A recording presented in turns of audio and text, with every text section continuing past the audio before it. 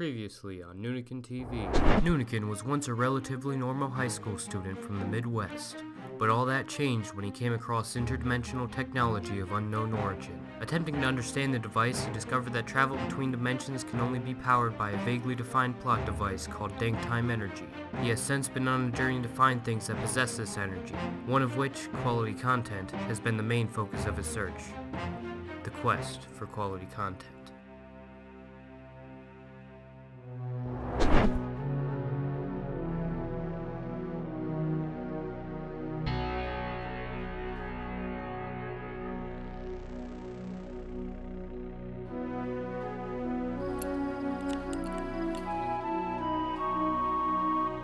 Been walking for miles. There's nothing but sand out here. This little thing has been telling me there's something of a great dangerous level in this general area, but just have to check it out to be sure.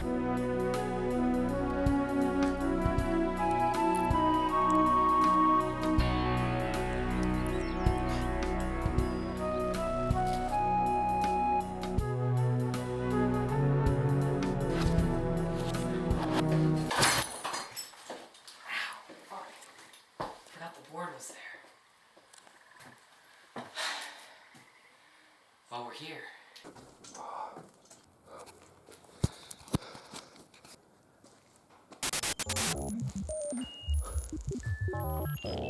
Dank energy source confirmed. Power source unstable. Dimensional inversion imminent. 5, 4, 3, 2, 1. Oh shit.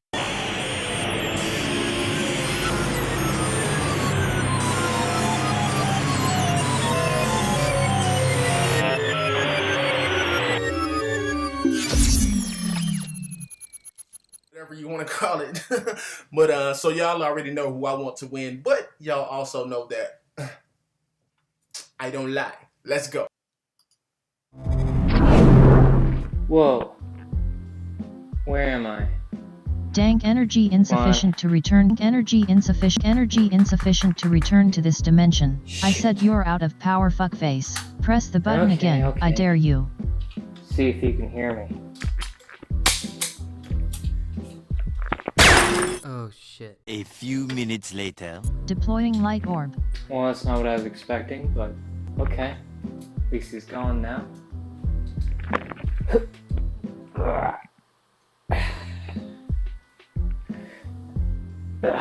Why don't you try and find some quality content? That should be just what you need to get us out of here. You are in the reaction realm. Quality levels are at -1. Good luck finding it here, dumbass. You've managed to get stranded in one of the least dank dimensions in the YouTube multiverse. You have just enough energy left for basic teleportation, but you can conveniently only travel between this dimension and the desolate wasteland you just arrived from. You better make a good argument for why reaction videos could be considered quality content, or else you may never leave. Sounds like you have a controversial video to make. I'll leave you to it.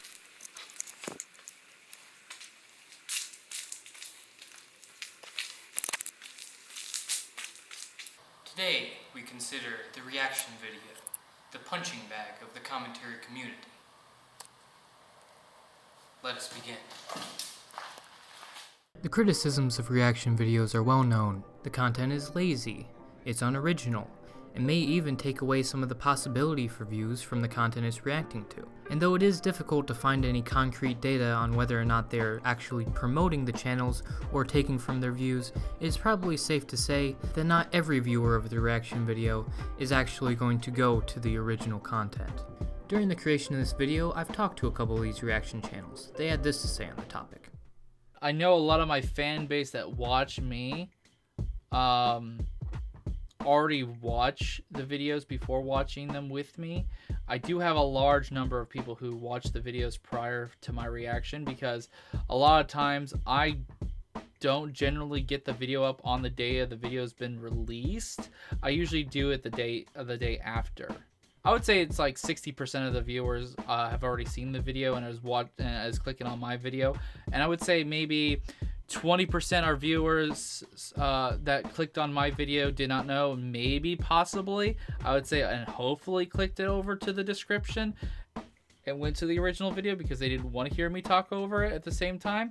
And the other last 20% are the people who just wanted to watch my reaction and thought I was interesting enough to stay and watch, but then weren't interested to go rewatch the video. So yeah, there is that. Can't make everything perfect. Like, yeah, in a sense, I'm giving them full content of the video watching, so there's no real like initiative to go to the original video and click on it. But I always try to promote and say, and also I talk a lot, pause a lot. So if you want the entire video not like altered or anything, then there are people out there who don't want that. So in order to accurately determine the merits of reaction videos, it may help to go back in time. The reaction formula actually predates YouTube by over 20 years. It has been used in many Japanese variety shows, as my #1 source, Wikipedia, so diligently informs me. I need to get better at researching. But anyways, 2006 rolls around, we finally get some reaction videos on YouTube. We got Scary Maze Game, and then eventually 2 Girls 1 Cup. Ooh, that's a spicy one. Yada yada yada, you get it. But what is the point? What is the point of the reaction videos? Why are people drawn to them? So when it comes to reaction videos, I watch people that do reactions. Like, the way I do my reaction videos, I make it where it will feel like,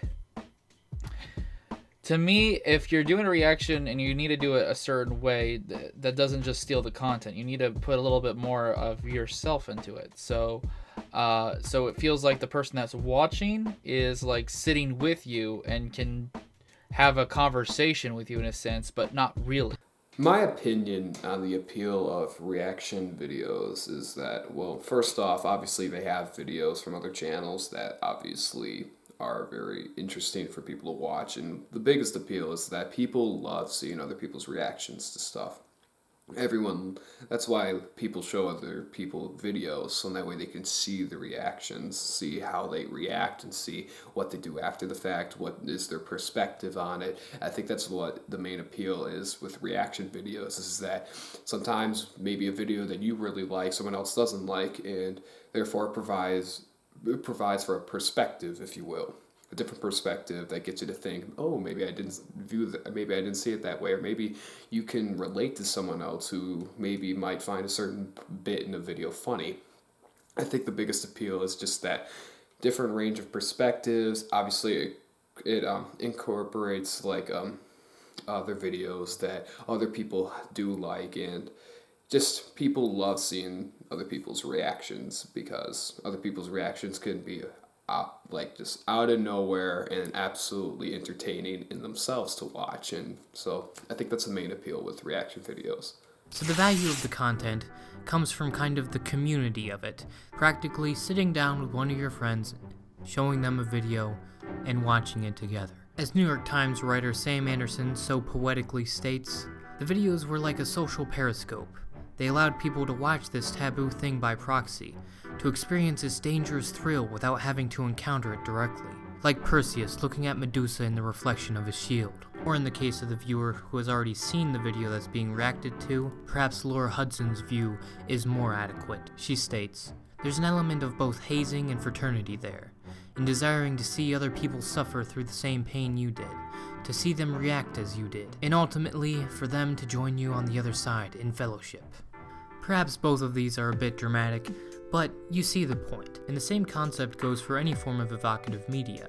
People want to share their excitement just as much as they want to share the suffering. So there is certainly a market for reaction videos, but the question is not whether or not people like reaction videos. The question is whether or not they are quality content. And I hear you say, well, what is the metric for quality content? Isn't that just a subjective thing? Yes, well, sort of. Now, I cannot say with 100% confidence that something is quality content or something is not. However, my criteria for what makes quality content, and this is my show, is something that brings some sort of value to the viewer, as well as shows that the creator of the content has a great deal of passion for it and puts a great deal of effort into what that person is making. Those are my criteria for quality content. With those criteria in mind, let's analyze some reaction videos.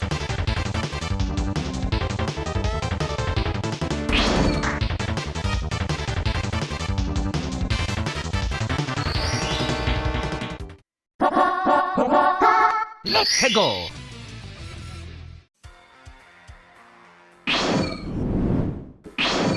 Let's make this quick Noonikin. It smells like anime and M&Ms in here.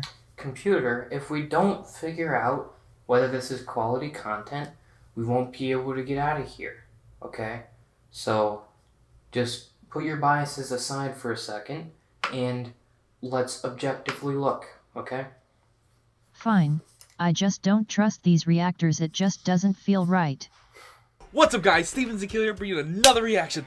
Oh my fucking god. I'm going to just tell you right now. I screamed my fucking ass off when I saw this. I did not know this trailer was coming out, and when I saw the fact that it was on my feed, Marvel dropped the fucking trailer for Avengers Infinity War. I am a huge Marvel fan. And all I gotta say is, yes! I interrupted this quest for quality content to directly make a message to Steven Z. Killer. Steven, listen mate, it's not that hard to level audio. There's plenty of tutorials out there, but I guess since you might already be watching this video, here's how you do it in Premiere Pro. Hopefully that's the program you use. You see this red? This red is bad. This red is real bad. That means your audio is capping. So in order to fix that, you want to go and normalize the audio, go into the dynamics, put a little compressor on there, bada bing, bada boom, you have slightly better audio. Now you can't expect me to plug Skillshare here after this little criticism, all Daft Penis style, but unfortunately, I am not sponsored, so the only thing that I can say is if y'all don't want to edit things and you like how this video was edited in any way, shape, or form, check out my Fiverr. I got the Fiverr going on, so that's a thing, and I do it for real cheap. Real cheap, baby. Anyways, back to the video. I am so hyped. So fucking hyped. And I apologize for any earbud users that I just fucking wrecked. But I am just like... Well, he certainly seems to have that passion that we are looking for in our quality content, but as far as the actual effort goes into creating the content, perhaps it's a little bit lacking, which is expected in reaction videos, however, not particularly welcome necessarily. Oh, that's my boy Spider-Man! Oh, I'm getting goosebumps too. Oh my god, to see Tony Stark and Doctor Strange! Loki!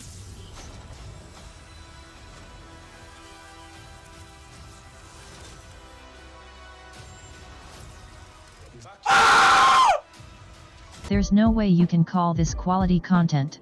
All he's doing is screaming over trailer footage.